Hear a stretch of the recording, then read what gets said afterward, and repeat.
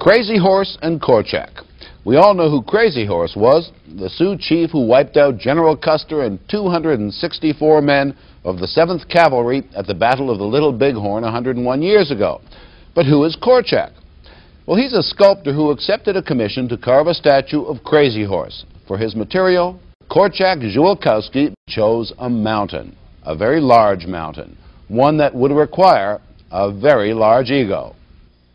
Tell me, mister, how can I ask you to believe that I can carve that mountain if I don't believe in myself first? Of course I'm egotistical. I believe I can do it. I know I can do it. And this is the plaster model of Crazy Horse that he will carve out of that mountain. The mountain will be identical to the model, except that it will be 34 times bigger, about 600 feet high. Just to give you an idea of what that means, wander a couple of miles from Korczak's mountain to Mount Rushmore, which, incidentally, Korczak helped to carve. And take a look at Washington, Jefferson, Lincoln, and Teddy Roosevelt, and then use your imagination, and you'll see that the four of them will fit quite comfortably under Crazy Horse's arm. When this Indian, Henry Standing Bear, asked me, would I come out here and carve out of a mountain a portrait of their great chief who had been killed many years ago, well, this is where I was a sucker. But I've never regretted it. I'd do it all over again. He said, my fellow chiefs and I would like the white man to know the red man had great heroes too. What's wrong with that? Where'd I have to go? What was my life? To carve a mountain to a race of people that once lived here for maybe 150,000 years? What an honor. A little Polish orphan boy from Boston? What an honor.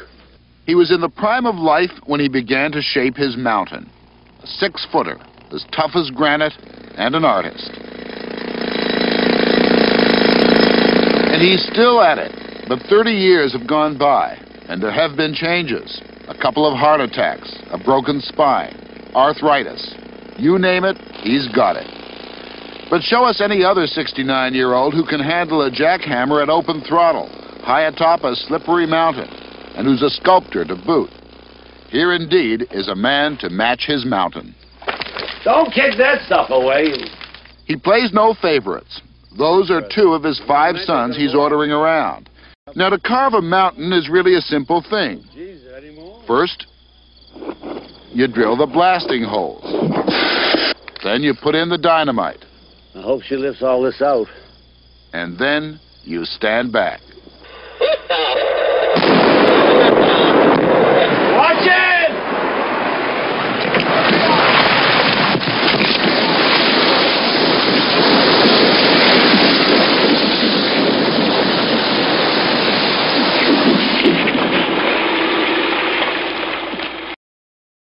The scope, the size, the scale of this thing really goes beyond art, what an artist can do. I know that when painters paint, they're aware of the frame around their canvas. But there's no frame on this canvas. My God, I have the biggest frame in the world. I got the sky. I got the forest.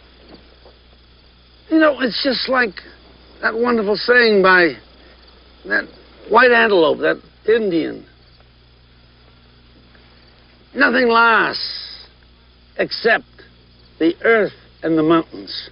The federal government offered to put up the money to get the job done faster, but Korczak said no. Why?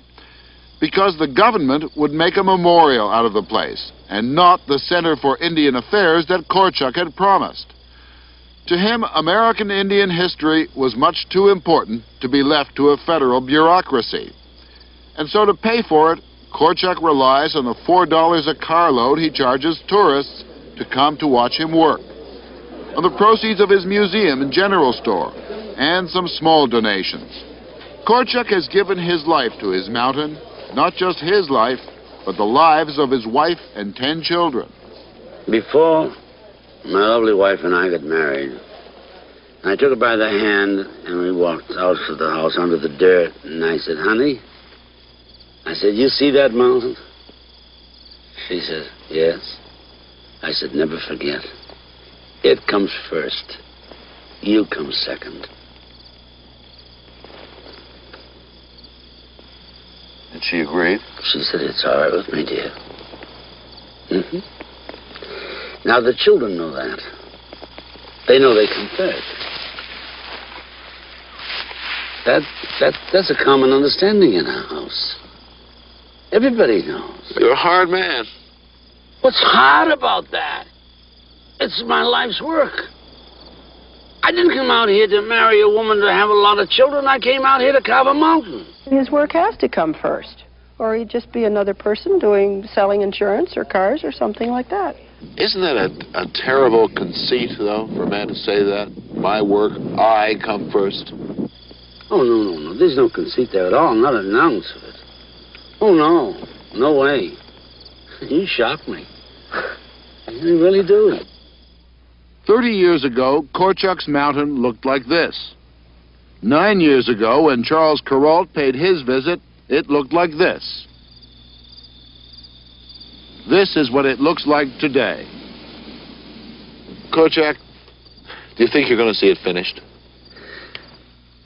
Well, if I could have 6, possibly 7 more years, when you drive up that highway, you will definitely see an Indian figure pointing to the southeast on a horse. It will not be polished.